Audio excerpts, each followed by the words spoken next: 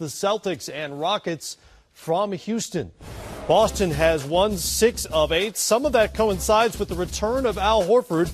The Caesars 7-3 so far with Horford in the lineup. But Isaiah Thomas is their go-to late in games. He tied his season high with 37 in Philly Saturday and sits 9th in scoring.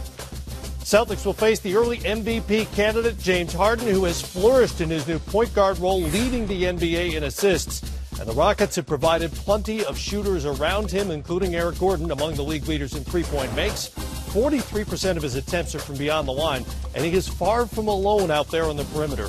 Guys, the Rockets are on pace to destroy NBA season records for threes attempted and made.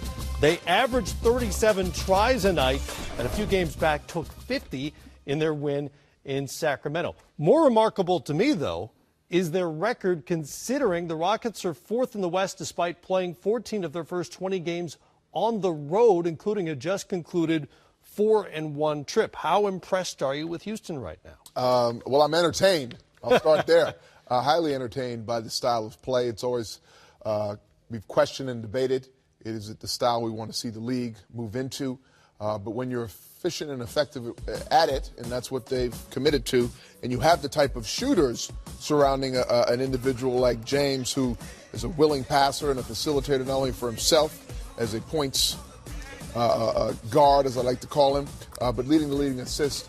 Eric Gordon, Ryan Anderson, Trevor Ariza are the recipients of his generosity. And so this style of play, along with Clint Capella's emergence as being able to handle those center responsibilities, has led me to believe that at least this team should continue to play this style. And I'm okay with them doing it because it's paying dividends for them. What do you think? Have they opened your eyes a little? Yeah, the reason why is the stat you gave out. You're talking about 9-5 on the road. People say, does defense travel? I didn't think this type of game would travel to the road. And for them to be 9-5, and I think also for me is just my old school ways, Matt and Rick, end of games, unless they are extremely hot, they're still finding ways to win games when they're close games. They might not be making a lot of threes, but then that's when they get to the free throw line, James Harden. So this system is working. I'm still got to see if it pays dividends when it really counts. I'm entertained. I'm surprised. And like you said, I go to Western Conference, a really good conference. They're right there. 3-1 in games decided by 3 or less so far, and so far so good. Look, they're at the cutting edge of this space thing that's happening in the NBA. I like now. you just call it space. Pace and space. They really don't even play that fast for them. Yes. It's really more spacing for them. What do you make of the way they play and the way they have constructed the roster and coach? It seems like a perfect marriage for what they want to do. I think Daryl Morey is saying to all of us, I told you analytics works, and I have the right coach to believe in. Shoot a 3 versus a close-in 2. And I've always looked at old school balance, Rick, of winning a championship. They're second in offense, 24th in defense. Just wanted to know when this catches up to them. Very good point guard. Very good starting lineup. Very good, I think, 6 or 7 guys. But want to know down the road, can the 8th, 9th, 10th, 11th, 12th guys, because that's when you need them, when your legs are not fresh. Yeah, I for a long time, the last 3-4 years, Daryl's, commitment to analytics really took center stage in the conversation of where the league was going and how valuable analytics would play in the assessment of building a team and deciding how you move towards winning a championship. And he took a lot of heat. And from a lot of us that grew up in a league where our coaches, really shunned us away from numbers, made sure that we didn't focus on the stat sheet. And here was a Moneyball approach where you're saying, hey, no, there's value in there somewhere. And so it took me meeting actually Daryl and actually, spending some time with him just as a person to understand that I like him as a person. And so I can now, really sit with this conversation a little deeper and not be so biased with that approach of you're destroying our game. That's I went there first 5 years ago. And now I really am looking at it a little differently.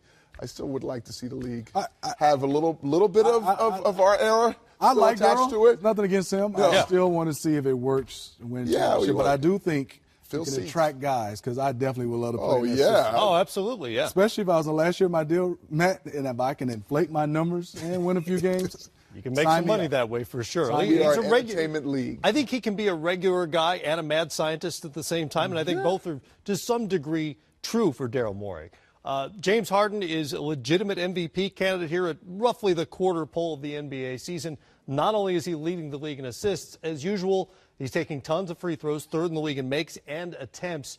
And after Thursday night's controversial win against the Warriors, Draymond Green, remember, who was assessed the flagrant foul for his latest kick, brought up Harden's unusual shooting motion on layups, the one that draws so many fouls, and to put it in the language of the league, should this be considered an unnatural act? I don't think it should be considered an unnatural act. I mean, it's something that is totally different. But I think, Matt and Rick, he's going to the basket. I think sometimes he is creating contact.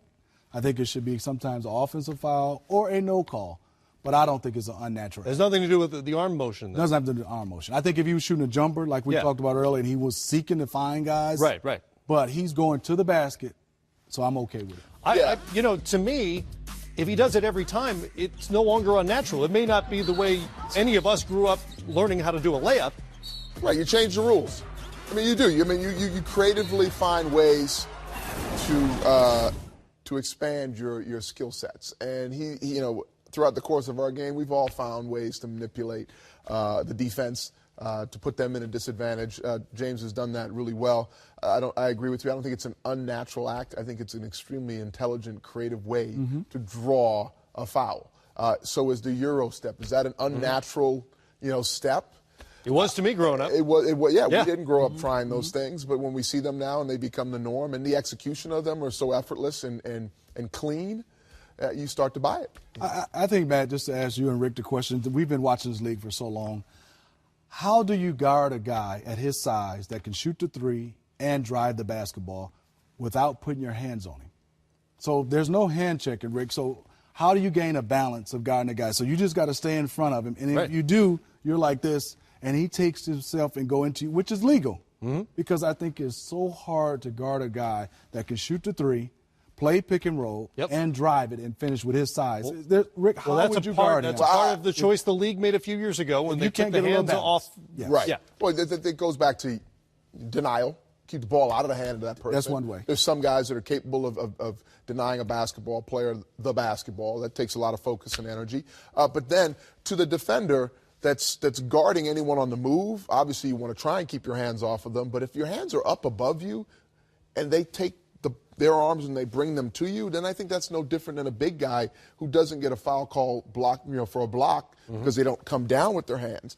So that's the referee having to really be quick enough on the decision making. I wouldn't want to be a ref having to call it. You got to turn and keep your hands up without getting a little touch, a little balance to be able to have yourself. It's impossible. Yeah, it's no fun at all. And he's a big guy. He's a mobile guy. He handles the ball well, and obviously the vision, and he's figured out this foul thing as well as anybody in recent history.